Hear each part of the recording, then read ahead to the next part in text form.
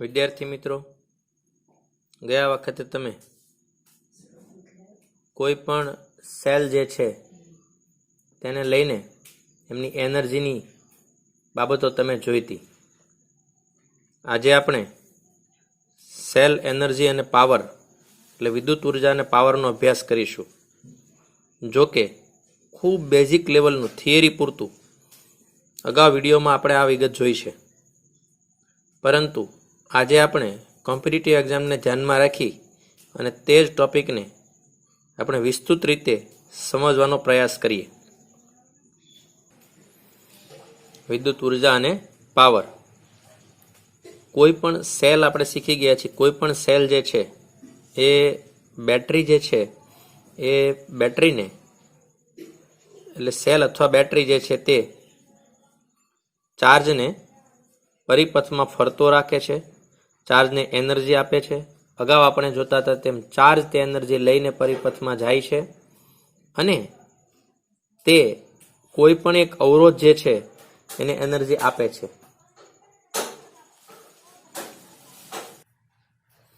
અને અવરોધ એ એનર્જી જે છે તે એનર્જીનું જે તે સ્વરૂપમાં રૂપાંતર કરે છે। પંખો છે, ફ્રીજ છે વગેરે વગેરે પોતપોતાની જે એફિશિયન્સી છે, પોતપોતાનું જે કાર્ય છે તે માટે એનર્જીનો યુઝ કરે છે। આ બાબત આપણે જોઈ છે, પણ મૂળભૂત રીતે સેલ જે છે તે ચાર્જને હંમેશા ફરતો રાખે છે પરિપથમાં। ચાર્જને ઉર્જા આપે છે, તે ચાર્જ એ ઉર્જાને અવરોધો પાસે જઈ અને બસ એનું દહન કરે છે, લઈ જાઓ અને એ ચાર્જની ઉર્જા બધી અવરોધમાં વ્યય પામે છે। એટલે બેટરી જે છે એ બેટરી એ ક્યુ જેટલા ચાર્જ ઉપર કાર્ય કરીને એના ઉપર કાર્ય જે કરે છે તે પોટેન્શિયલ ડિફરન્ટ ઉત્પન્ન થાય છે ને એના કારણે ચાર્જ જે છે તે મૂવિંગ થાય છે, ફરે છે। માની લો કે આ કોઈ પરિપથ છે, એમાંથી આ બેટરી છે, કરંટ આ પસાર થાય છે એટલે ક્યુ જેટલા ચાર્જને અહીંયાથી બેટરી ઉઠાવે છે, અહીંયા ચાર્જ ફરતો જાય અને ચાર્જ અવરોધમાં પાછો આવે અને અવરોધ જે છે ત્યાંથી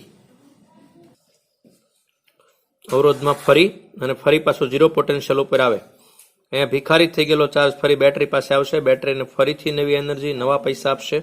માનો કે 10 રૂપિયા આપ્યું છે, દુકાનવાળાને આપીને વડાપાવ ખાધું, 10 રૂપિયા ખલાસ, ફરી ઝીરો। આવી રીતે ચાર્જની મધર ફાધર જે છે તે બેટરી છે અને આવી રીતે વર્ક થાય છે। તો વર્ક ડન બાય સેલ એ કેટલું થાય છે તો VQ, W બરાબર VQ। આપણે સૂત્રો યાદ રાખીશું, સૂત્રો પણ અલગ નોટમાં લખવાના છે, સૂત્રોની સામે બરાબર ધ્યાન રાખવાનું છે। હવે પાવર એટલે કોઈ પણ એનર્જી છે એને ટાઈમ, સમય વડે ડિવાઈડ કરો એટલે પાવર મળે। ધારો કે અહીંયા એક રેતીનો એક ઢગલો છે, અહીંયા એક રેતીનો ઢગલો છે, બંને સરખા ઢગલા છે। એક મજૂર અહીંયાથી રેતીને અહીંયા લઈ જાય છે, આ ઢગલાને બીજો મજૂર અહીંયા લઈ જાય છે, પરંતુ આ રેતીના ઢગલાને અહીંયા એને 1 કલાક થાય છે એ મજૂરને, અને બી મજૂરને અહીંયા પહોંચતા 3 કલાક થાય છે। તો એ મજૂરનો પાવર વધારે છે। વર્ક સરખું છે, કાર્ય સરખું છે બંને બાજુ, પરંતુ સમય જે છે તે જેને ઓછો જોઈએ છે તેનો પાવર જે છે તે વધારે છે। તો પાવર બરાબર W/T, અહીંયા VQ/T, પરંતુ Q/T is equal two I થાય, અગાઉ આપણે શીખ્યા છીએ। તો પાવરનું સૂત્ર મળશે VI। તો યાદ રાખીશું, power P is equal two VI, Vodafone idea, power P is equal two VI। ધારો કે કોઈ એક આવો પરિપથ તમે લઈ લો, તે પરિપથમાંથી આવી રીતે કરંટ 2 એમ્પિયરનો નીકળે છે અને બેટરી જે છે તે 12 વોલ્ટની જો છે, અહીંયા ધારી લઈએ 12 વોલ્ટ છે। તો પાવર કેટલો હશે તો P is equal two VI એટલે 2 × 12 બરાબર 24 જૂલ પ્રતિ સેકન્ડ। એનો મતલબ પ્રત્યેક સેકન્ડે 24 જૂલ ઉર્જા ચાર્જને બેટરી આપી રહી છે સતત। દર સેકન્ડે 24 જૂલના દરથી ઉર્જા જે છે એ ચાર્જને આપે છે। માની લો અને એ ચાર્જ જે છે તે અવરોધમાં પાવરનો વ્યય કરી નાખે છે ઉર્જાનો। તો અવરોધમાં વ્યય થતો પાવર અથવા એનર્જી, પાવર અને એનર્જીમાં ફરક છે ટાઈમનો, તો પાવર જે છે એ શું આવશે VI। તો P is equal two VI આપણું સૂત્ર છે। આ એક સર્કિટ છે, સર્કિટમાં રેઝિસ્ટન્સ છે, અહીં કરંટ આ પસાર થાય છે, એના માટે જોઈએ તો હવે ઓમના નિયમ મુજબ V is equal two IR સૂત્રની એકવાર આમાં કિંમત મૂકી દઈએ તો આપણે પાવર મળે P is equal two I²R. આ સૂત્રનો ઉપયોગ મોટા ભાગે શ્રેણી જોડાણ હશે તેમાં આપણે કરવાના છીએ. જો અહીંયા V ની કિંમત મૂકવામાં આવે અહીંયા તો V²/R મળે. તમને આવડે છે એટલે સાબિતી જોતા નથી. આ સૂત્રનો ઉપયોગ મોટા ભાગે જ્યારે બધા બલ્બ જે છે એ સમાંતર જોડાણમાં હશે ત્યારે આપણે એનો ઉપયોગ કરીશું. એવું નથી કે બેટરી ડિસ્ચાર્જ થાય ત્યારે જ પાવર જે છે એ ખર્ચાય છે, એનો વ્યય થાય છે. બેટરી ચાર્જિંગ થતી હોય ત્યારે પણ અવરોધ હંમેશા માટે પાવર જે છે, ઉર્જા જે છે એનો વ્યય કરે છે. તો અવરોધ જ્યારે ચાર્જિંગ બેટરી થતી હોય ત્યારે પણ અવરોધ જે છે તે ઉર્જાનો વ્યય કરે છે. ચાર્જિંગ ડિસ્ચાર્જિંગ, ધારો કે અહીંયા કોઈ બેટરી આપણે લઈ લઈએ અહીંયાથી અને આવી રીતે આમ કરંટ એન્ટર થતો હોય તો આ ચાર્જિંગ પ્રક્રિયા છે. આ જે પ્રક્રિયા છે તે ચાર્જિંગ છે. અને જો કોઈ બીજી બેટરી અહીં ધારી લો તમે આવી રીતે આમ છે અને કરંટ બહાર તરફ જાય છે તો બેટરી જે છે તે શું થાય છે? ડિસ્ચાર્જ થાય છે. જો પ્રવાહ જે છે એ અચળ ન હોય, વેરિયેબલ હોય, તો ઉર્જાનો વ્યય આપણે કઈ રીતે મેળવી શકીએ કે P is equal two d/dt. માટે D is equal to P into dt. કેમ કે dt ને તમે લઈ લો આ બાજુ. એક એક વાતને તમારે ધ્યાનથી સમજવાની છે અને જોડે નોટ પેન રાખતી જવાની છે. જરૂર જણાય તે વિડીયોને સ્ટોપ કરી અને તે બાબત સ્થિર કરવાની છે. ત્યારબાદ આપણે આગળ વધતું જવાનું છે. તો બંને બાજુ જો સંકલન કરો 0 થી t જેટલા સમય માટેનું તો આપણને સૂત્ર મળે છે E ઇઝ ઇક્વલ ટુ 0 થી t I²R dt. હવે સૂત્રનો ઉપયોગ ક્યાં છે? ધારો કે કોઈ એવી સર્કિટ છે એની અંદરથી કરંટ આવી જાય છે તો 2t જેટલો કરંટ છે. એનો મતલબ શું? કરંટ સમય સાથે બદલાય છે, પ્રવાહ જે છે એ સમય સાથે બદલાય છે, એટલે પ્રવાહ અચળ નથી. 2 ઓહ્મનો અવરોધ છે અને 2 સેકન્ડ માટે કેટલી એનર્જી વ્યય થઈ? તો E ઇઝ ઇક્વલ ટુ 0 થી 2 I² એટલે 2 નો સ્ક્વેર એટલે 4, t નો સ્ક્વેર એટલે t², 4t². R અવરોધ, તો અવરોધ છે 2 ઇન્ટુ dt. 4 દુ 8, 12 આવી જશે. t² ઇન્ટુ dt, ઘાતમાં 1 ઉમેરો, નવી ઘાત છેદમાં, તો t નો ઘન છેદમાં 3, 0 થી 2. એકવાર અહીં 2 મૂકશો એટલે 2 નો ઘન થશે, 2 નો ઘન થશે 8, 8 ગુણ્યા 8 એટલે 64/3 જૂલ જેટલી એનર્જી જે છે એનો 2 સેકન્ડમાં આ અવરોધ વ્યય કરે છે એમ એનો અર્થ થાય કે 2 સેકન્ડની અંદર આ અવરોધ જે છે એના દ્વારા 64/3 જૂલ એનર્જી જે છે એનો વ્યય થાય છે. હવે મોટા ભાગે તો પાવર અચળ જ હોય છે. તો અચળ જો પાવર હોય તો પ્રવાહ અચળ હોય તો આ જ સૂત્રમાં એ બહાર આવી જશે, I²R બહાર આવી જશે. તો ઇન્ટુ t, તો dt નું ઇન્ટિગ્રેશન થશે t, તો આપણને સૂત્ર મળશે E is equal two I²RT. આ સૂત્રને આમ પણ કહેવાય E is equal two V²/RT, E is equal two VIT. આ ત્રણે સૂત્ર યાદ રાખીશું. જ્યારે જ્યારે જરૂર પડશે જેવી તેવા સૂત્રનો ઉપયોગ કરીશું. ધારો કે અહીંયા ઉદાહરણ બાજુમાં જોઈએ તો એક પરિપથ છે. આ પરિપથમાંથી 3 એમ્પિયરનો કરંટ જાય છે. એનો મતલબ આ જે કરંટ 3 એમ્પિયરનો છે તે શું દર્શાવે છે? કે પ્રવાહ જે છે એ અચળ છે, સમય સાથે બદલાતો નથી. જ્યારે આગળનામાં જુઓ તમે કરંટ હતો એ 2t હતો. અહીંયા 2t એટલે સમય જેમ જેમ બદલાતો જાય તેમ તેમ પ્રવાહ બદલાતો જાય. જ્યારે અહીં પ્રવાહ જે છે તે અચળ છે. અવરોધ 2 ઓહ્મ છે. 3 સેકન્ડ માટે કેટલો વ્યય થશે? તો કોઈ પણ એક સૂત્ર તમે લગાડી શકો. ધારો કે કોઈ પહેલું સૂત્ર લગાડે છે I²RT, તો I એટલે 3 નો વર્ગ, અવરોધ 2 અને t 3 સેકન્ડ, 9 દુ 18, 54 જૂલ જેટલો વ્યય થાય છે. કોઈ વિદ્યાર્થી છે એ આ સૂત્રનો ઉપયોગ કરે V²/R ઇન્ટુ t. તો V કઈ રીતે તમે મેળવશો? તો V વોલ્ટેજ છે. V is equal two IR આપણું સૂત્ર છે. V is equal two IR. તો I અને R 3 દુ 6, તો આની બંને છેડા વચ્ચે વોલ્ટેજ જે છે ડિફરન્ટ કેટલો? 6. તો 6 ગુણ્યા 6 છેદમાં R ગુણ્યા t એટલે ટાઈમ. તો પણ આપણને 2 તેરી 6, 6 તેરી 18, તેરી 54 આવે છે.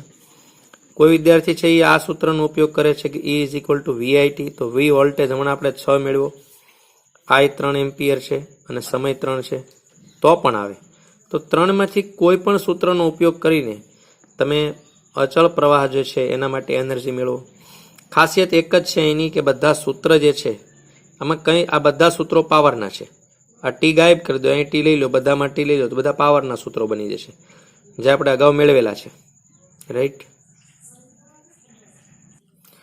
એક ઉદાહરણ જોઈએ. નીચે આપેલો એક પરિપથ છે. એ પરિપથમાં 3 ઓહ્મ અવરોધ જે છે તે અવરોધ 3 સેકન્ડમાં કેટલી ઉર્જાનો વ્યય થાય એક વાત, અને બીજી વાત છે 3 સેકન્ડમાં પૂર્ણ પરિપથમાંથી વ્યય થતી ઉર્જા શોધો.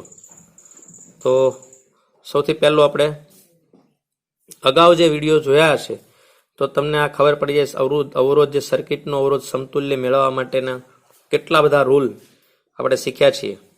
તો જુઓ, 6 અને 3 નું સમાંતર તમને અનેક વખત મોઢે થઈ ગયું છે કે 2 આવશે. 3 ગુણ્યા 6 અને 3 પ્લસ 6 તો તમને 2 મળશે અહીંયા.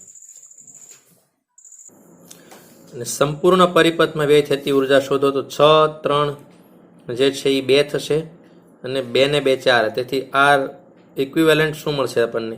4 ઓહ્મ. વોલ્ટેજ કેટલા છે? 12. તેથી કરંટ કેટલો સર્કિટમાંથી પસાર થશે? V/R.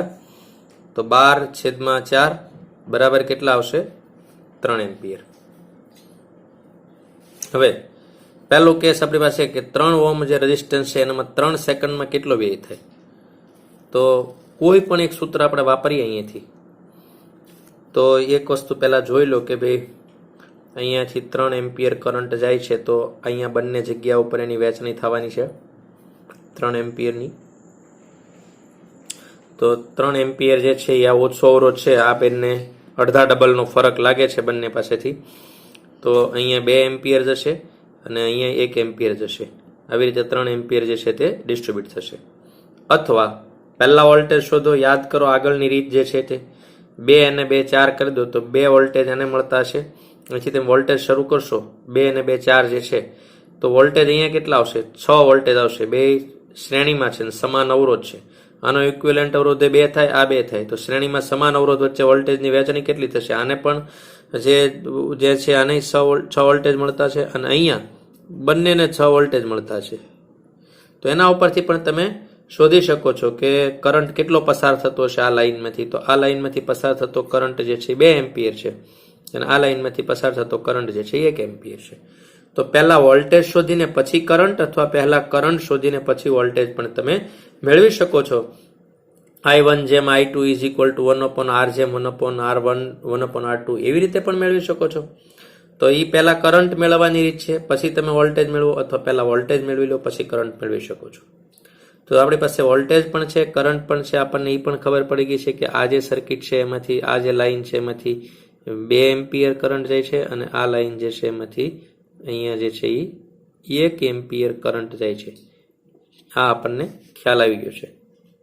ઠીક. તો હવે જો વ્યય થતી એનર્જી શોધવા માટે V²/RT કોઈ સૂત્ર મૂકે તો 3 આ અવરોધ સામે જોશું એનર્જી કેટલી વ્યય કરે છે. તો વોલ્ટેજ કેટલા છે? 6 6 3 3 કેન્સલ, 36 જૂલ આ એનર્જી લે છે.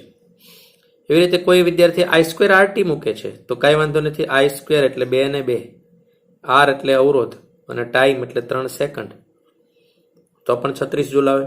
કોઈ વિદ્યાર્થી છે VIT સૂત્ર મૂકી દે છે તો V છે 6 વોલ્ટેજ છે, I જે છે તે 2 એમ્પિયર છે અને ટાઈમ જે છે એ 3 સેકન્ડ છે, તો પણ 3 36 જૂલ આવે. એનો મતલબ એવો થયો કે ભાઈ આ રેઝિસ્ટન્સ જે છે તે 3 સેકન્ડની અંદર 36 જૂલ જેટલી એનર્જી જે છે એનો એ વ્યય કરે છે. હવે પૂરી સર્કિટ આપણને કીધી છે તો આ બંનેનો પર્સનલી શોધી અને સરવાળો કરીએ એક રીત છે, અથવા તો આખા માટે શોધી લઈએ આમાંથી કોઈ પણ એક સૂત્ર મૂકીને તો બીજી રીત છે. તો આપણે બધું જ શીખી લઈએ. 6 વોલ્ટેજ માટે પણ શીખીએ કે ભાઈ 6 જે છે એમાંથી આપણને ખબર છે 3માંથી કોઈના બદલે મેં એક જ સૂત્ર મૂક્યું છે V²RT.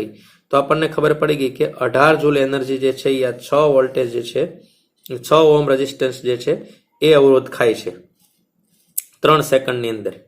અને 2 જે છે તો એમાં કોઈ પણ એક સૂત્ર, આને તમે 3 સૂત્રોથી મેળવી શકશો, આન્સર સરખો જ આવશે. રાઈટ.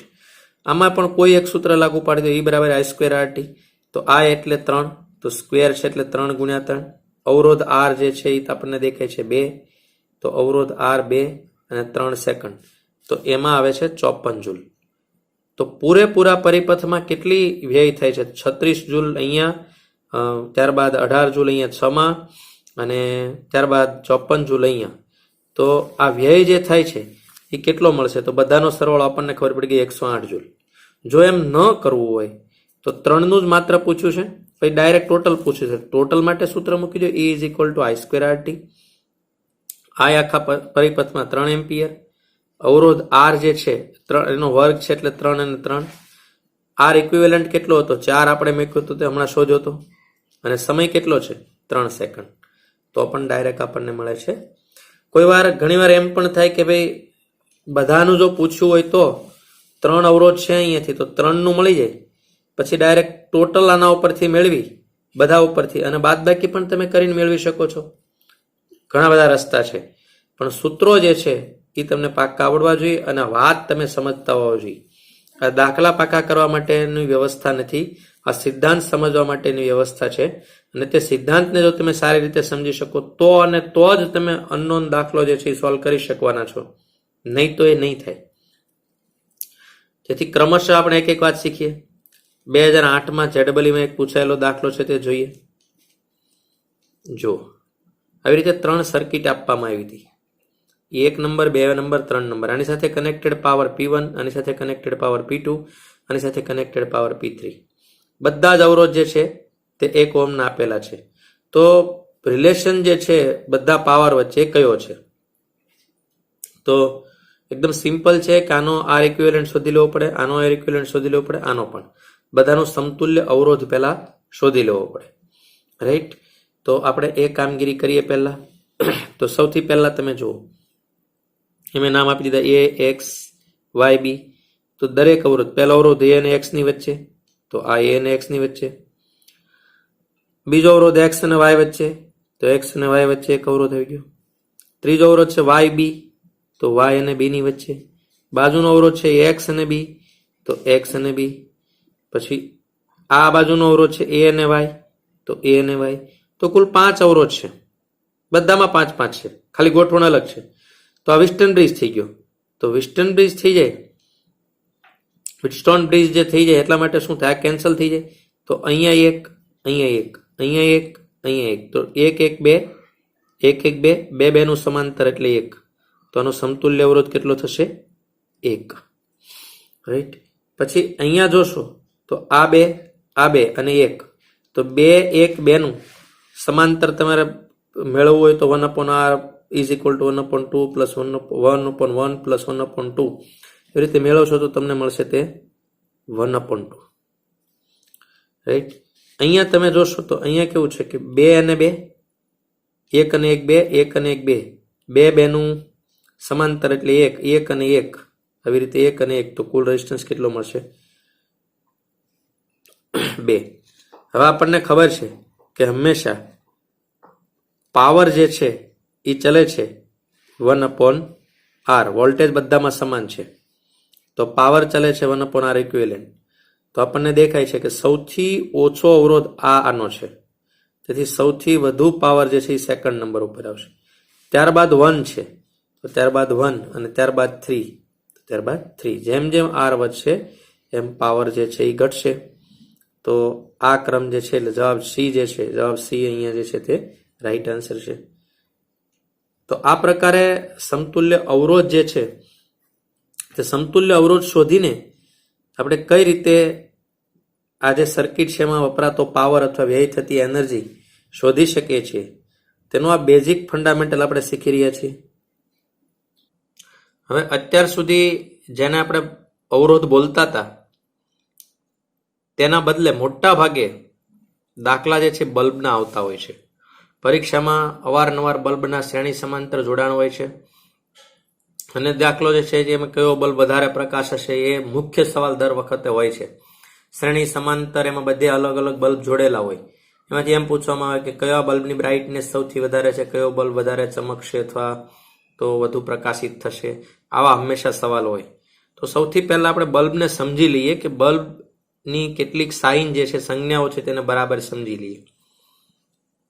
તમે કોઈ પણ ઇલેક્ટ્રિકલ ડિવાઇસ લેવા જાઓ, એના ઉપર આ બે તમને વેલ્યુ દેખાશે. બે વેલ્યુ હંમેશા દેખાતી હોય છે.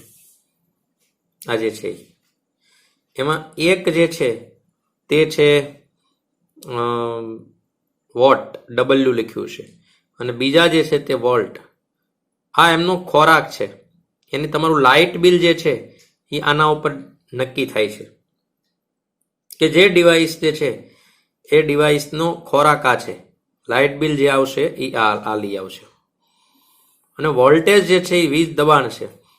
જો કે ઘણી વખત રેન્જ પણ લખી હોય છે કે 220 થી 260 આવી રેન્જ લખેલી હોય છે. એનો અર્થ એમ થાય કે વીજ દબાણ જે છે 220 વોલ્ટેજથી વધીને 260 વોલ્ટેજ થશે ત્યાં સુધી આ બલ્બ જીવિત રહેશે. ત્યારબાદ બલ્બ ફ્યુઝ થઈ જશે, ઉડી જશે. તો આ એની સહનશીલતા છે. આ એની સહનશીલતા છે અને આ એનો ખોરાક છે. પરંતુ મુખ્ય વાત આમાં એ છે કે આ રેટેડ વેલ્યુ જે લખેલી હોય, છાપેલી વેલ્યુ છે, એ શરતી છે, ટર્મ છે એમાં કે આ બલ્બ 100% છે, પરંતુ ક્યારે? જો 220 વોલ્ટેજ એને આપવામાં આવે તો. 220 કરતા ઓછા વોલ્ટેજ જો આપશો તો બલ્બ 100 વોટ પાવર નહીં લે, એની ડીમ પ્રકાશ હશે. બલ્બની એનર્જી જે છે એ ઓછી. આપણે ઘણી વખત જોઈએ છે કે વોલ્ટેજ લો થાય તો બલ્બનો પ્રકાશ ઘટી જાય, તો ડીમ થઈ જશે પ્રકાશ. એમ કોઈ પણ ડિવાઇસ જે છે તે ડિવાઇસના ઉપર લખેલી વેલ્યુ જે છે એને રેટેડ વેલ્યુ કહેવાય, અને તમે જે આપો છો એને એપ્લાઇંગ વેલ્યુ કહેવાય. આ બલ્બ જે છે એને આગળ આપણે જોઈશું કે 100 વોટ જે છે એ 220 હોય તો બજારમાંથી તમે કોઈ બલ્બ લો છો, કેટલા વોટનો? તો કે 60 વોટનો. પણ ક્યારે? કે જો એને 220 વોલ્ટેજ આપવામાં આવે તો, નહીં તો નહીં. એનાથી વધારેમાં તે ઉડી પણ જાય, એનાથી ઓછા હોય તો તે ડીમ પ્રકાશે. એટલે રેટેડ વેલ્યુ અને એપ્લાઇંગ વેલ્યુ જે છે એ ડિફરન્ટ છે. તો રેટેડ વોલ્ટેજ છે કેટલીક વાર, એપ્લાઇંગ વોલ્ટેજ છે, તમે કેટલા આપો એને એપ્લાઇંગ વોલ્ટેજ કહેવાય. તો એપ્લાઇડ વોલ્ટેજ અને રેટેડ વોલ્ટેજ જે છે તે ડિફરન્ટ. પણ દરેકની ઉપર ડબલ્યુ જે લખ્યું છે એનો અર્થ એમ જ છે કે આટલા વોટ, પણ ક્યારે? ફરજિયાત આપણે સમજવાનું 220 વોલ્ટ જેટલું દબાણ હોય તો. આ શરત ફિક્સ છે. એપ્લાય તમે ગમે તેટલા કરો, પણ આ શરતને આધીન જે છે તે કન્ડિશન જે છે એને આધીન આ રેટેડ વેલ્યુ જે છે પ્રિન્ટેડ હોય. જો બલ્બને 220 વોલ્ટેજ મળે તો આ બલ્બ જે છે એ 100 જૂલ પર સેકન્ડ ઉર્જાનો વ્યય કરે. ખાય એટલે કે પ્રકાશિત કરી નાખી, એમાં યુઝ કરી નાખી. એને રેટેડ વેલ્યુ કહેવાય. એટલે એના ઉપર લખેલું છે એ આ બીજી શરતનું પણ પાલન થવું જોઈએ. જો બીજી શરતનું પાલન નહીં થાય તો લખેલું છે એનો કોઈ મતલબ નથી. જો 220 કરતા ઓછા વોલ્ટેજ મળે એટલે કે એપ્લાઇડ વોલ્ટેજ ડાઉન થઈ જાય તો બલ્બ ડીમ પ્રકાશે, અને વધુ મળે તો એ ઉડી જાય. એની વધુ સહનશીલતા છે ત્યાં સુધી સહન કરશે, બાકી તે ઉડી જશે. જો કે ભારતમાં બધી જ જગ્યાએ આ વેલ્યુ એપ્લાઇડ વેલ્યુ છે તે 220 વોલ્ટેજ છે આપણા ઘરેમાં બધે, અને અમેરિકામાં બધી જગ્યા ઉપર 110 વોલ્ટેજ છે. રાઈટ. હવે એક બલ્બ તમે લો તો એક બલ્બને એકવાર તમે જો 220 વોલ્ટેજ આપી દો અને ઇનાઈ બલ્બને તમે 110 વોલ્ટ આપો તો કેટલો પાવર ખાય? આ બલ્બ એકનો એક જ છે. આ બલ્બને તમે એકવાર 220 વોલ્ટ આપ્યા ત્યારે એ 100 વોટ છે. તો અડધા કરી નાખો 110, તો આપણને એમ લાગે આના અડધા અહીંયા થઈ ગયા એટલે લગભગ આ 50 થઈ જતા હશે. પણ એવું છે નહીં, કેમ કે એનો રિલેશન એવો સમાંતર નથી. તો પેલા દાખલો સમજી લો કે 220 વોલ્ટેજ જે છે તે 220 વોલ્ટેજ આપવામાં આવ્યા તો બલ્બ 100 વોટથી પ્રકાશિત થયો, એટલો પાવર ખાધો એને. આ પી છે, આ વી છે. તો એને 110 એટલે કે રેટેડ જે છે એના કરતા ઓછા એપ્લાય કરવામાં આવે, ઓછા આપવામાં આવે તો પાવર કેટલો થાય? તો બંને કેસમાં બલ્બ જે છે એનો અવરોધ સમાન છે, કેમ કે બલ્બ એકનો એક જ છે. તો એ કેટલો છે? તો આપણું સૂત્ર છે P is equal two V²/R. તો R is equal two V²/P. તો 220/220 ગુણ્યા 220/100, એટલે આ યાદ જ રાખવાનું છે. દર વખતે આટલો જ હોય છે, કેમ કે આ બહુ વાર આ યુઝ થાય છે.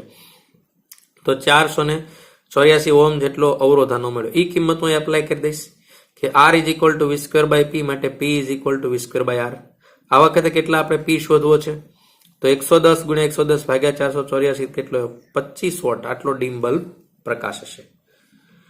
તેથી છાપેલી જે કિંમત તમને દેખાય છે એ રેટેડ વેલ્યુ કહેવાય. રેટેડ વેલ્યુ જે છે એ શરત છે કે 220 વોલ્ટેજ તમે આપો તો જ 100 વોટ પ્રકાશે. 100 વોટ જે છાપેલા છે એ 220 ની ટર્મ સાથે જ છે. એના કરતા ઓછા આપો ત્યારે તે નહીં થાય. આ બલ્બના શ્રેણી સમાંતર જોડાણ જોઈએ આપણે. ધારો કે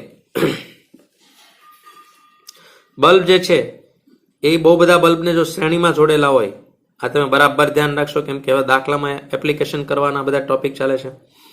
તો શ્રેણીમાં પ્રવાહ સમાન હોય તો આપણું સૂત્ર છે P is equal two I square R, પણ R ઇઝ ઇક્વલ હોય તો શું થાય? P ચલે છે R અથવા તો R ચલે છે V. આ બાબત આપણે ખાસ આ નોંધી રાખીશું. આનો ઉપયોગ વારંવાર આપણે કરવાના છે. એટલે કે મોટો અવરોધ ધરાવતા બલ્બમાં પાવર વધુ ખર્ચાય છે, એટલે કે બલ્બ વધુ પ્રકાશિત થશે. રાઈટ, આપણે યાદ રાખીશું અવરોધ જેમ મોટો છે તેમ P પણ મોટો છે. અહીંયા જો આવી રીતે 3 બલ્બ આપ્યા છે. એક 100 વોટનો બલ્બ, એક 50 વોટનો બલ્બ, એક 25 વોટનો બલ્બ. મેં તમને હમણાં કીધું કે W તમારે 100 વેલ્યુ તો જ સમજવાની કે 220 વોલ્ટેજ આપવાના હોય. તો આપણને એમ થાય અરે સર્કિટમાં પણ 220 આપ્યા છે, તેનો અર્થ એમ થોડો છે કે આ 220 આ બધાને 220 આપે. શ્રેણીમાં તો વોલ્ટેજ વેચાઈ જાય, યાદ કરો. એટલે નહીં, આ સર્કિટના 220 એમ નહીં. આ જો 100 વોટ તમારે પાવર લેવો હોય તો જોડે તમારે V220 સ્વીકારવો પડે તો આ 100 વોલ્ટ છે. નહીં કે આ સર્કિટમાં જોડેલો છે. સર્કિટના વોલ્ટેજ તો વેલ્યુ પ્રમાણે વેચાઈ જશે. કોની વેલ્યુ? અવરોધ. તો પહેલા આનો અવરોધ ફાઇન્ડ કરવો પડે બધાનો, કે અવરોધ કેટલો છે. આપણને એમ જ પૂછ્યું છે 3 માંથી કયો બલ્બ જે છે એ વધુ પ્રકાશિત થશે. ક્રમ બતાવો, આ બધા વિકલ્પો આપેલા છે. તો થોડું ધ્યાનથી સમજશું કે ભાઈ અહીંયા સર્કિટ જે છે એની અંદર આપણે બરાબર જોઈશું કે ભાઈ બલ્બ જે છે તે બલ્બ પ્રકાશિત જે થશે કયો એ આપણે જોવું છે. તો અવરોધ ફાઇન્ડ કરવો પડે સૌથી પહેલા. શ્રેણીમાં હોવાથી આપણને ખબર છે P ચલે છે R મળવાનું છે. તો આપણે પહેલા અવરોધ ત્રણેયનો શોધી લઈએ. તો જો પહેલા બલ્બનો અવરોધ શું થશે? V² by P. તો એનો અર્થ આ મેં વોલ્ટેજ નથી લીધા, યાદ રાખજો.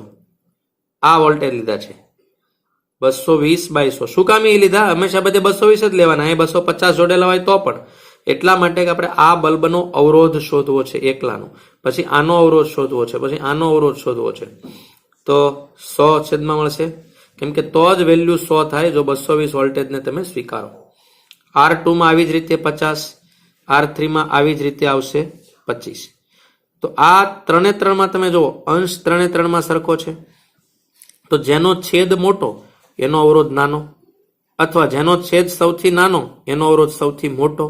તો R3 સૌથી મોટો, એના કરતા નાનો R2, એના કરતા નાનો R1 આપણને મળી ગયો છે. તો આના ઉપરથી આપણને મળશે P3, એના કરતા નાનો જે છે એ ઓછો પ્રકાશ છે P2, એના કરતા ઓછો પ્રકાશ છે P1. એટલે જવાબ તો મળી જ ગયો છે. એનો અર્થ એવો આપણને થયો કહેવાય કે P3 બલ્બ જે છે આ 25 વોટ વાળો બલ્બ જે છે એ ફૂલ પ્રકાશિત થશે, વધુ પ્રકાશિત થશે. એના કરતા ઓછો આ, એના કરતા ઓછો આ જે છે એ થશે. તો આગળ આપણે જોઈએ. કોઈ વાર આવા 2 અવરોધો જે છે તે 2 અવરોધો આપ્યા હોય અને પૂછે કે કયો બલ્બ જે વધુ પ્રકાશ છે, તો હમણાં શોધી એ જ પ્રમાણે તમે આનો અવરોધ શોધી લો, પછી આનો શોધી લો તો પણ વાંધો નથી. આમે તમને ખબર પડી જવાની છે કે અવરોધ તમે શોધો તો 220 વર્ગ છેદમાં 100, 220 વર્ગ છેદમાં 50. તો તમને ખબર છે કે ભાઈ રેઝિસ્ટન્સ જે છે એનો મોટો થશે અને P ચલે છે R છે, જેથી 50 વોટનો બલ્બ જે છે એ વધુ પ્રકાશ છે 100 વોટના બલ્બ કરતા. તો 2 આપ્યા હોય તો પણ તમે મેળવી શકો છો. હવે જોઈએ પેરેલલ કોમ્બિનેશન, સમાંતર જોડાણ. જો બધા બલ્બને સમાંતર જોડેલા હોય તો V સમાન રહે. આ આપણે યાદ રાખીશું ખાસ. પહેલામાં P ચલે છે R, એમાં P ચલે છે 1/R. એ જ ઉદાહરણને હું ફરીથી એના જ બલ્બ બનાવતા એ જ બલ્બ ફરીથી લખું છું. એના છે ફક્ત સિરીઝમાં જોડેલા છે, બધાને પેરેલલમાં જોડેલા છે. અગાઉ આપણે સિરીઝમાં જોયા હતા. એટલે કે નાનો અવરોધ ધરાવતો છે એ બલ્બ વધુ પાવર ખર્ચશે. પહેલામાં શું હતું? મોટો અવરોધ ધરાવશે તે. આમાં શું હતું? નાનો અવરોધ છે. તો આ એક સર્કિટ આવી રીતે આપી છે. કયો બલ્બ વધુ પ્રકાશ છે? તો તમને ખબર છે, હમણાં જ આપણે શોધ્યું હતું અવરોધ દરેકનો R1 એટલે 220. હવે જુઓ અહીંયા 250 છે. જો અહીંયા 250 છે. તો પણ આપણે પરિપથ માટે નથી શોધતા, બલ્બનો પર્સનલ અવરોધ શોધીએ છીએ. બલ્બનો પર્સનલ અવરોધ મળી જાય પછી પરિપથના વોલ્ટેજ આવશે. તો આ 100 વોટ તમારે જો સ્વીકારવું હોય તો 220 જ એની સાથે લેવું પડે, કેમ કે રેટેડ વેલ્યુ છે. તો જ 100 વોટ કે જો 220 વોલ્ટેજ મેં એપ્લાય કરવામાં આવે. તેથી આપણે 220, અહીંયા 250 છે, છતાં પણ આ ભૂલ ઘણી બધી વખત વિદ્યાર્થી કરે છે. તો R1 R2 હમણાં શોધ્યું છે તે તો આપણને ખબર જ છે રિલેશન કે ભાઈ R3 જે છે તે સૌથી મોટો હશે, R2 એના કરતા નાનો અને R1 એના કરતા નાનો. તો આપણે શું કીધું? નાના અવરોધ વાળો સૌથી વધુ પ્રકાશ છે. તો સૌથી નાનો કોણ છે? 1. તો P1 સૌથી વધુ પ્રકાશ છે, એના કરતા ઓછો P2, એના કરતા ઓછો P3. એટલે આ વખતે 100 વોટ વાળો બલ્બ જે છે તે વધુ પ્રકાશિત થશે. જવાબ આવશે 100 વોલ્ટનો બલ્બ, 100 વોટનો બલ્બ જે છે એ વધુ પ્રકાશિત થશે. તો આ રીત એક ના આપણે શ્રેણી સમાંતર બંને વખતે જોયું છે. શા માટે 220 છે? આ બાબતને આપણે વધુ દ્રઢ કરતા કરતા આગળ આપણે જોઈએ છીએ. કેટલીક બાબતો જોઈ લઈએ. જો P1, P2, P3 જેટલા બલ્બોને શ્રેણીમાં જોડેલા હોય તો એનું સૂત્ર અગાઉ કેપેસિટર, અવરોધ બધાને જોયા છે, તમને ખબર છે. તો શ્રેણી કરતા પાવરનું સૂત્ર ઊંધું છે શ્રેણી સમાંતરનું, રાઈટ. પછી સરખા હોય તો તમને આવડે જ છે. આ પણ સૂત્ર છે, આ પણ સૂત્ર છે. સૂત્ર જેટલું જલ્દી યાદ હશે, જેટલું મનન ચિંતન સૂત્રનું કરશો તેટલો તમારો અભ્યાસ મજબૂત છે એમ સમજવું. જોડે જોડે આપણે દાખલા પણ એક એક એટલા માટે જ કરતા જઈએ કે આપણને યાદ રહે. સમાંતરમાં જોડી દો તો આવી રીતે સરવાળો થશે. તો અને સરખા અવરોધ હશે તો NP થશે. પહેલામાં P/N આપણને તમને આવડે જ છે અવરોધોનું સમાંતર શ્રેણીનું, પણ રિલેશન જુદું છે. જો પેરેલલ અને સિરીઝનો ગુણોત્તર તમે લો તો n² મળે. આવા પણ ઘણી વખત દાખલા પૂછાય છે. એટલે કે જો સમાન જ અવરોધની બાબત હોય તો પેરેલલ અને સિરીઝ જે છે એ બંને વચ્ચે n² નો રિલેશન છે. તો આનાથી આ ત્રણેય મહત્વના સૂત્રો છે, એનાથી તમે ખૂબ ઝડપથી ઓછા ટાઈમમાં MCQ જે છે એને સોલ્વ કરી શકો છો. એક નાની બાબત છે, અગાઉ આવી ગઈ છે છતાં પણ આપણે જોઈએ બલ્બના ફિલામેન્ટની જાડાઈ કેટલી વખત વેરી કરતા હોય છે. તો R = ρ L/A અને R = V²/P હમણાં આપણે જોયું છે. તો એ બંનેને સરખાવી દો તમે, અને જો બાકી બધા અચળ રહે તો એમ કહી શકાય એ ચલે છે P. આ બંને સમપ્રમાણમાં જો L અને V ન બદલાતા હોય, ρ ન બદલાતું હોય, એકનો એક તાર હોય તો એ ચલે છે P. જાડાઈ જે છે એ પાવરના સમપ્રમાણમાં છે. અથવા એરિયા ચલે છે તે રેઝિસ્ટન્સ છે. તો આનો આ બંને આપણે પણ રિલેશન યાદ રાખીશું. કેટલીક વખત ફિલામેન્ટનો જાડાઈ જે છે એ આવે છે. હવે આપણે મિક્સ પ્રકારના જે એકાદા પ્રશ્નો જે છે સોલ્વ કરીએ. શ્રેણી સમાંતર જોઈ લીધા બાદ બંને આવતા હોય તે જોઈએ. તો જો અહીંયા આ બંને શ્રેણીમાં છે, આ એની સાથે સમાંતરમાં છે. અમને W1 એનર્જી લોસ કહીએ, અથવા આને પણ એમ કહી છે કે કયો બલ્બ વધુ પ્રકાશ છે. આ W2 કહી દઈએ, આને W3 કહી દઈએ. તમે નીચેનામાંથી કયો રિલેશન આવશે? તો તમે વિડીયો સ્ટોપ કરી અને પ્રયત્ન કરશો, 1-2 મિનિટ જોશો હમણાં શીખ્યા એ પ્રમાણે. તો સૌથી પહેલાં તમે શું કરશો? સૌથી પહેલાં તમે રેઝિસ્ટન્સ શોધી લો. તો જો આનો રેઝિસ્ટન્સ જે છે એ શું આવશે? 220² ભાગ્યા 100. આ બંનેનો સરખો આવવાનો. ભલે અહીંયા 250 છે, મેં વારંવાર કીધું છે. આ તો પૂરી સર્કિટનો અવરોધ તમને ફાઇન્ડ થઈ જાય. આ અવરોધ ફાઇન્ડ થઈ ગયો, આ વેલ્યુ મૂકી દો તો હવે આની ગણતરી શરૂ થાય. બાકી એનું કોઈ કામ નથી અત્યારે. આને R2 અને R3 કહી દો તો આ બંનેના તો સરખા 60 વોટના બલ્બ છે, તો બંને ઉપર રેઝિસ્ટન્સ સરખો છે, રાઈટ. હવે તમે જુઓ અહીં આ લાઈનને પણ 250 વોલ્ટેજ મળવાના છે, આને પણ 250 વોલ્ટેજ મળવાના છે. તો બહુ સ્પષ્ટ છે, તમને ખબર પડે છે કે અવરોધની વાત જો આપણે કરતા હોઈએ અહીંયા તો કમ્પેરેટિવ સરખામણી અહીંયા કરવાની છે.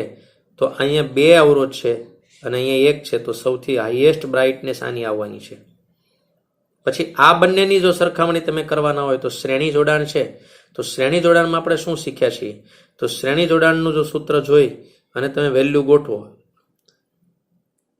તો શ્રેણી જોડાણમાં મોટો અવરોધ જેનો છે, તો મોટો અવરોધ કોનો હશે? તો આનો મોટો અવરોધ હશે, કેમ કે છેદમાં 60 જાય. તો આ બેની સરખામણીમાં આ જે છે તે વધુ પ્રકાશ છે. શ્રેણીમાં આપણને ખબર છે પી ચલે છે, આર એમ પણ તમે કહી શકો. પણ યાદ રાખો અવરોધ આનો જે છે તે આ બંનેની સરખામણીમાં આનો અવરોધ મોટો છે, તો બીજા નંબરે આ હશે અને ત્રીજા નંબરે આ હશે. તો આપણો આન્સર હશે. હવે થોડો પ્રયત્ન કર્યો છે કેલ્ક્યુલેશન માટે કે ભાઈ આનો અવરોધ કેટલો છે, તો આટલો. આ બંનેનો અવરોધ સરખા છે આટલો. હવે થાય કેવું, વહેંચણી જ્યારે થશે ત્યારે આને મળતો જે પાવર જે છે એમાં હવે મેં તમને કીધું એમ કે રેઝિસ્ટન્સ એન્ટર થઈ ગયો. હું આર નો ઉપયોગ કરીશ તો 250 ને R3 વડે ભાગાકાર કરશો અને પહેલા બીજા બંને જે છે આ બંને જે છે એના વાત કરીએ તો એમ થાય કે એ પહેલા બીજા બંને માટે 250 R1 અને R2. તો આમની સરખામણીમાં આપણને ખબર છે કે આ જે છે તે આ સમાંતર જોડાણ છે અને સમાંતર જોડાણમાં તમને ખબર છે કે સમાંતર જોડાણમાં આપણે હમણાં જોતા હતા કે નાનો અવરોધ જે છે તે વધુ પાવર જે છે તે ખર્ચે છે. તો જો અવરોધ તમને સ્પષ્ટ ખબર પડી ગઈ છે કે ભાઈ આનો છેદ જો, આનો છેદ જો, તો તમને સ્પષ્ટ ખબર કે આ બંનેનો રેઝિસ્ટન્સ જે છે એ તો મોટો જ થવાનો છે કોના કરતા, આના કરતા. તો એના કારણે શું થશે કે આ મોટો રેઝિસ્ટન્સ હશે આ બંનેનો, તો આ જે છે એના કરતા આ W3 મોટું થશે. તો W3 જે છે એ મોટું થવાનું છે, એટલે કે વધુ બ્રાઇટનેસ એની હશે. હવે પહેલા બંનેની સરખામણી મેં તમને હમણાં શીખવાડી હતી. પહેલા બંનેની સરખામણી છે એ શ્રેણી જોડાણ છે. તો શ્રેણી જોડાણમાં શું આવવાનું છે પાછું, પી ચલે છે આર, તો એના ઉપરથી આપણને ખબર પડી જશે કે W2 વધુ પ્રકાશિત છે W1 કરતા. તો ફાઇનલ રિલેશન આપણને 3:1 મળવાનો છે. એ આપણો આન્સર છે. તો આ મિક્સ પ્રકાર જે છે એ તમે કદાચ થોડુંક લોજિક ચલાવો તો થોડુંક જ આટલું લખો તો પણ તમને આગળ કોઈ ગણતરી વગેરે આને તમે સાબિત કરી શકો છો. બાકી કોઈ પ્રકાશનમાં આ ટાઈપનો દાખલો હોય તો આની લાંબી બધાની ગણતરી કરીને દરેકના પાવર શોધીને ગણેલો હોય છે, પણ આપણે ચલે છે નો ઉપયોગ કરીને દાખલા ગણી રહ્યા છીએ. ત્યારબાદ આપણે વધુ એક દાખલો જોઈએ. JEE 2010માં પૂછાયેલો દાખલો છે. બલ્બ 1 જેના વોલ્ટેજ વોટ 100, અવરોધ છે R100. એવી રીતે બલ્બ 2 60 R60, બલ્બ 3 40 અને R40. આ રિલેશન તમને આપ્યા છે કે આમાંથી કયો રિલેશન આવશે. તો સૌથી પહેલા આમાં પણ આપણે અવરોધ બધાના શોધી લેશું. તો અવરોધ છે 220 100. કેમ 220 અમે કંઈ આપ્યા નથી તો પણ, તો મેં તમને શું શીખવાડ્યું હતું, આને તમે સ્વીકારો રેટેડ વેલ્યુ છે તો એનો મતલબ છે 220 સાથે જ આવે, બીજા કોઈ સાથે નહીં. તો 220 100 આ દરેકના અવરોધ મેળવીએ તો આપણને ખબર છે કે 40 સૌથી નાની વેલ્યુ, તેનો રેઝિસ્ટન્સ સૌથી મોટો, એનાથી નાનો 60 વાળાનો, એનાથી નાનો 100 વાળાનો. હવે અમને વ્યસ્ત કરી દઈએ, આવો એક વિકલ્પ છે નહીં, તો આપણે વ્યસ્ત કરી દઈએ એટલે શું થશે, નિશાની બદલાઈ જશે કે ભાઈ 40 જે છે એના કરતાં મોટો 60, 60 જે છે એના કરતાં મોટો જે છે તે 100. તો આ જે છે ડી વિકલ્પ જે છે તે તમને મળશે.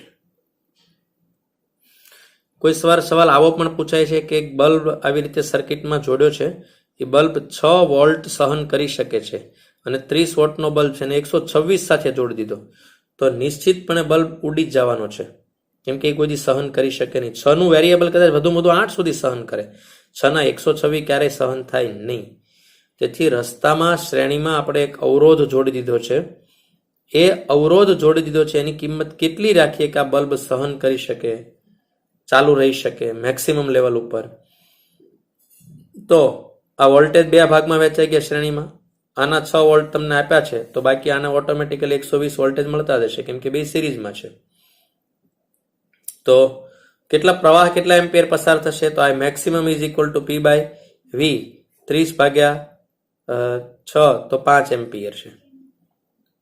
તો આપણને ખબર પડી કે 5 એમ્પિયર કરંટ જે છે એ પરિપથમાંથી પસાર થાય છે અને શ્રેણી જોડાણમાં બધી જ જગ્યા ઉપર કરંટ એક સરખો પસાર થાય માટે અવરોધની વેલ્યુ કેટલી છે, V/I. આના વોલ્ટેજ કેટલા છે, 120/5, તો કેટલા આવશે, 24. તો આ પ્રકારના પણ કેટલીક વખત જે છે નેટવર્ક તે પૂછાતા હોય છે. તો વિદ્યાર્થી મિત્રો આવી રીતે શ્રેણી, સમાંતર, કોઈ અજ્ઞાત અવરોધ વગેરેમાંથી કોઈક એકાદ ભાગ આપણને આમાં જોવા મળતા હોય છે. મહત્વનો ટોપિક છે. આમની સાથે કેટલીક વાર આ જે અવરોધ જે છે એ અવરોધની અંદર ઇલેક્ટ્રોન અથડામણ પામે છે, કોલિઝન થાય છે અને કોલિઝનના કારણે હીટ પેદા થાય છે, જેને ઉષ્મા ઉર્જા કહે છે. તો ઉષ્મા ઉર્જા સ્વરૂપે કઈ આ જે ઉર્જા છે એનું વ્યય કઈ રીતે થાય છે, કેટલા પ્રમાણમાં થાય છે, એના વિશે જૂલ નામના વૈજ્ઞાનિકે ખૂબ પ્રકાશ પાડ્યો છે. તો એ જૂલ હીટિંગ લો કહેવામાં આવે છે. આપણે હમણાં જોતા હતા કે ડબલ્યુ બરાબર ક્યુવી, ડબલ્યુ બરાબર વીઆઈટી, જે અવરોધમાં ખર્ચાતી ઉર્જા અથવા સમય સાથે એને ભાગાકાર કરો તો પાવર. આટલા સૂત્રો આપણે જૂલમાં જોયા હતા. તો ઉષ્મા ઉર્જા છે એને બધાને જે વડે ભાગાકાર કરો. આ જૂલની આ જે સંજ્ઞા છે,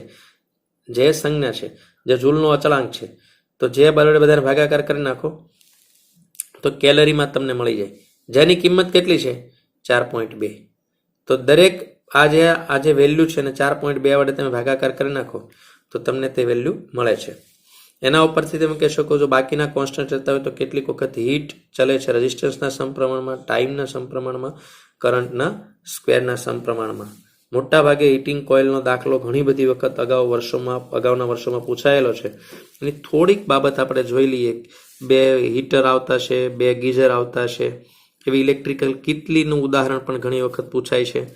તો એના માટે આટલું તમે યાદ રાખશો કે 2 અસમાન વોટ છે એટલે ખોરાક એનો અને અવરોધ હોય એવા ગૂંચળા જે છે એને સમાન વોલ્ટેજ તમે લાગુ પાડી દીધા હોય તો તેમને ઉષ્મા ઉત્પન્ન કરવા માટે લાગતો સમય જો અનુક્રમે T1 અને T2 દરેકનો હોય. હવે જો બંને શ્રેણીમાં જોડેલા હોય તો કુલ ટાઈમ આવી રીતે થાય, અને બંને જો સમાંતરમાં જોડેલા હોય તો કુલ ટાઈમ આવી રીતે મળે. આ તમે યાદ રાખો. પણ ટર્મ એપ્લાય તમારે ખાસ કરવાની છે કે બંને અસમાન છે. વોટ અને અવરોધ જુદા જુદા હોઈ શકે છે ને એટલે એ જ અસમાન છે. એનો ટાઈમ એ દરેકનો T1 અને T2 હોય. કોઈ અમુક ઉષ્મા સમાન ઉષ્મા ઉત્પન્ન કરતા એક અવરોધ છે, એક જે ડિવાઇસ છે ગૂંચળું જે છે એને T1 સમય લાગે છે ને એટલી જ ઉષ્મા ઉત્પન્ન કરતા બીજાને T2 ટાઈમ લાગે છે. તો આ બંને જો શ્રેણીમાં જોડેલા હોય તો સમયનો સરવાળો થાય છે, અને જો સમાંતરમાં જોડેલા હોય તો અવરોધની જેવું જ બિલકુલ છે. તો આવો દાખલો પણ જનરલી પૂછાતો હોય છે. તો આ જે છે તે વિદ્યુત ઉર્જા અને પાવર રિલેટેડ જે ટોપિક છે તેનો આપણે આજે અભ્યાસ કર્યો. આનો વધુ અભ્યાસ આગળનું ચેપ્ટર એસી પ્રવાહ જે આવે છે તેમાં પણ આવે છે. તેથી આ પાયાનો ટોપિક છે. એને રિપીટ કરી અને વિસ્તૃત કરવાનો આ જ મુખ્ય હેતુ છે કે એક તો કોમ્પિટિટિવ એક્ઝામમાં પૂછાય અને આગળનું એક ચેપ્ટર આપણું બાકી છે છેલ્લું એસી પ્રવાહ, તેમાં પણ આ ટોપિક આવવાનો છે. તેથી એક્સ્ટ્રા વિડીયો આનો કરવા માટેનો પ્રયત્ન એ જ છે. આની સાથે કેટલાક MCQની PDF પણ હું મૂકું છું. તે PDF પણ તમારે સોલ્વ કરવાની છે. ખાલી પીડીએફમાંથી જોઈને નોટમાં લખી નાખવું અથવા ખૂબ જ મૂડ ઓફમાં અથવા કંઈ જ ધ્યાન વગર મન વગર વિડીયો જોઈ લેવો એનાથી કોઈને આવડી જશે એવું નથી. અમને પચાવવું પડશે, અમને સમજવું પડશે અને સાથે રહેલા MCQ સોલ્વ કરવા પડશે, અને એ પણ સમયની મર્યાદામાં રહીને. સાથે સાથે આપણી પ્રથમ પરીક્ષા જે છે તે 6ઠી તારીખે આપણું પહેલું પેપર ફિઝિક્સનું છે, 100 માર્કનું છે.